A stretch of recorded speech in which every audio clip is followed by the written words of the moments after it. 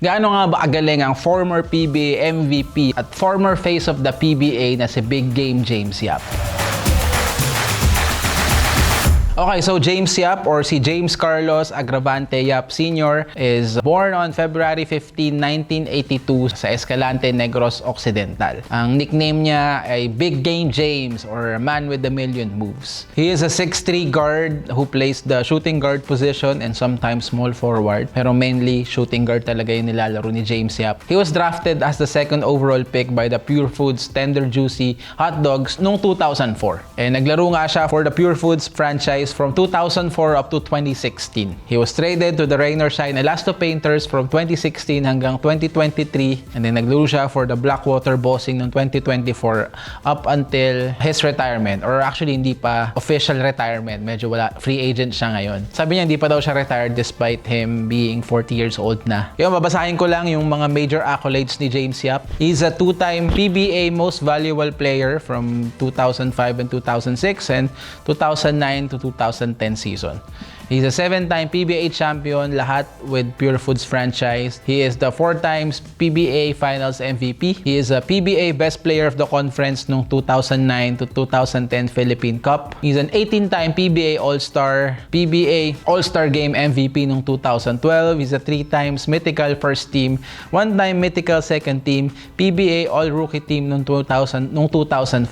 He's a 2-time PBA 3-point Shootout Champion, PBA Scoring Champion noong 2009, and member of the PBA's 50 Greatest Players, and member of the 10,000 Points Club. So ilan lang yan sa mga achievement ng isang James Yap sa PBA. Medyo mahaba yung resume niya. Ilan sa mga career highlights talaga ni James Yap sa PBA ay when he led the Sunmig Coffee Mixers to a rare Grand Slam in the PBA noong 2013 to 2014 season. And one of the most decorated popular players of his generation, James Yap is also regarded as one of the most decorated and popular players of his generation. Arguably, dun sa mga taon na naglalaro siya, parang siya yung face talaga ng PBA. Siya yung isa sa mga dahilan kung bakit ang daming nanonood ng PBA. Ganon kasikat si James Yap at ganon yung dinala ni James Yap sa PBA. And he is also widely regarded as one of the best pure scorers and clutch performers in PBA history.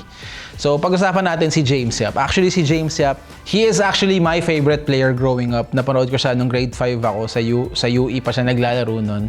Nakakita ako ng aksidente ko lang na nalipat yung channel sa isang UAAP game ng UE. Hindi ko na maalala yung kalaban nila, pero parang grade 4 or grade 5 ako, I can't remember. Nag-start pa lang ako mag-basketball nung time na yun. So, nung aksidente kong nalipat yung channel sa isang game ng UE, nakita ko, sunod-sunod yung 3 points nung number 18 na Yap. And nakakatawa, alala ko pa sa memory ko na nung nakita ko yun, bigla akong tinawag yung tito ko na siya yung basically nag-introduce sa akin sa basketball, or isa sa mga dahilan kung bakit ako nahilig sa pagbabasketball, lalo na nung bata ako.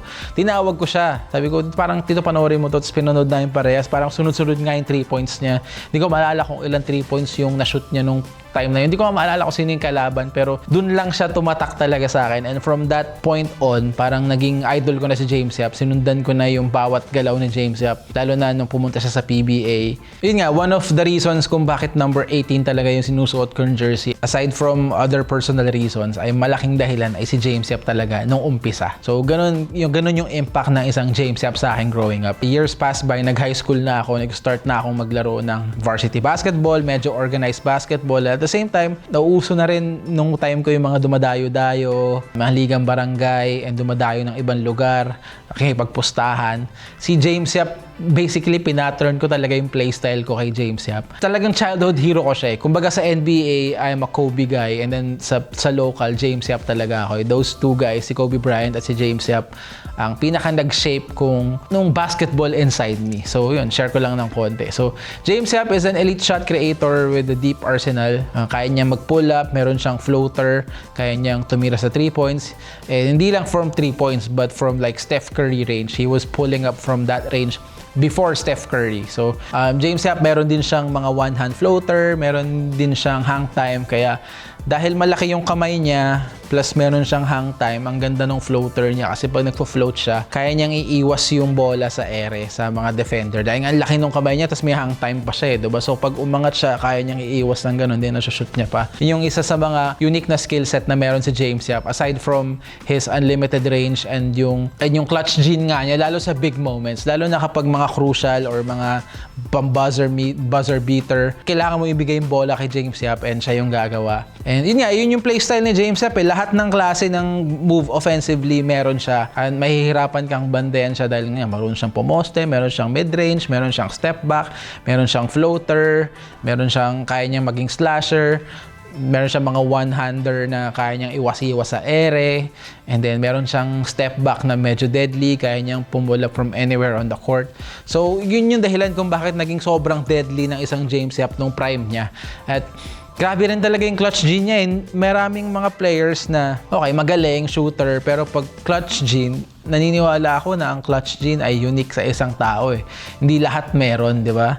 So, isa siya dun sa mga tao na napanood ko na meron nun na very exciting talagang panoorin, na naalala ko talaga nung teenager ako kung bakit sobrang tutok na tutok ako sa PBA nung time na yun ay dahil sa isang James Yap. Yun nga, kahit ganun yung offensive game ni James Yap, nagkakaroon pa rin ng mga ilang question ng mga tao sa game ni James Yap. Yun nga, especially defensively, sabi daw medyo tamad daw na defender, ganyan, di bumababa masyado, puro score lang daw yung ginagawa. To be fair with him, meron mga taon na he is improved as a defender. I think hindi naman siya liability on defense, it's more of pinapreserve niya lang yung sarili niya para sa offensive load. Pero kasi maraming mga stretches na parang pag tinatry niya naman talaga magdepensa, he actually has a good defensive IQ as well. And yun, okay, ano din siya rebounder din siya for a guard dahil nga tall guard siya para sa PBA at 6'3". So ang isa sa mga question dito is, gagana nga ba si James Yap sa basketball today or sa PBA today, yung prime James Yap pa? And the answer is, I think, yes. Yes, dahil yung playstyle ni James Yap ngayon na tumitira sa labas before it was cool, ngayon lahat ginagawa na yun. And ang 3-point shooting nowadays, lalo na ngayon may 4 points na sa PBA, parang necessity na siya sa bawat team ngayon eh. Yung fast-paced game na more on outside shooting, I think malaking asset yung shooting na yun ni James Yap. Hindi pa cool yung mga ganong klaseng offense na tumitira sa labas, ganoon na yung ginagawa ni James Yap eh. Yun nga, yung 4-point line ng PBA na yun, dati normal 3-point range lang yun ni James Yap. So na-imagine ko with the 4 points, talagang titira si James Yap doon, and I feel like marami siyang mai-score out of those, yung mga 4-point shots na yun eh. And yun nga, James Yap is also, hindi lang naman siya basta shooter sa labas. Like I said, magaling siya pumoste. He can take you sa post. And at 6'3" for a guard sa PBA, relatively malaki pa rin yun para sa mga guard sa PBA at 6'3" talaga eh.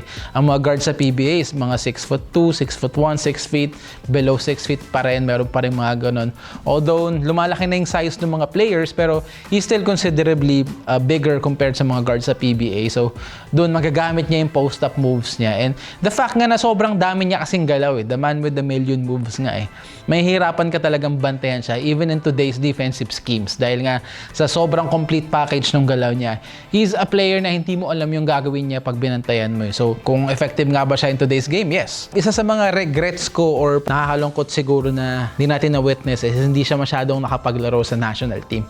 Even me as a young kid, yun yung parang pinapangarap ko na makapaglaro siya. I guess the reason being is nung mga previous years niya is may mga unfortunate circumstances na kailangan niya mag-pass sa national team, and then yung mga times na na-consider nga siya na pwede siya, na parang nalilabel pa siya as parang volume shooter daw siya. So I guess may some truth naman talaga doon. Si James Yap is may pagka-volume shooter nga ang shooting ni James Yap. Pero kapag uminit naman yung James Yap, sunod-sunod ka ng titirahan niya at sunod-sunod na siyang i-score. I feel like even now, kung yung meron tayong player na prime James Yap ngayon, ang laki ng matutulong niya sa Gilas just because of the skill set na meron siya. And yun nga, at 6'3", di ba? He has a legit size for international basketball. And yung range niya na ganun kalayo. And yung offensive skill set niya, kaya niya mag-step back, meron siyang floater with the hang time and post moves. May hirapan kahit international defense na bantayan siya dahil sa dami ng weapons niya offensively.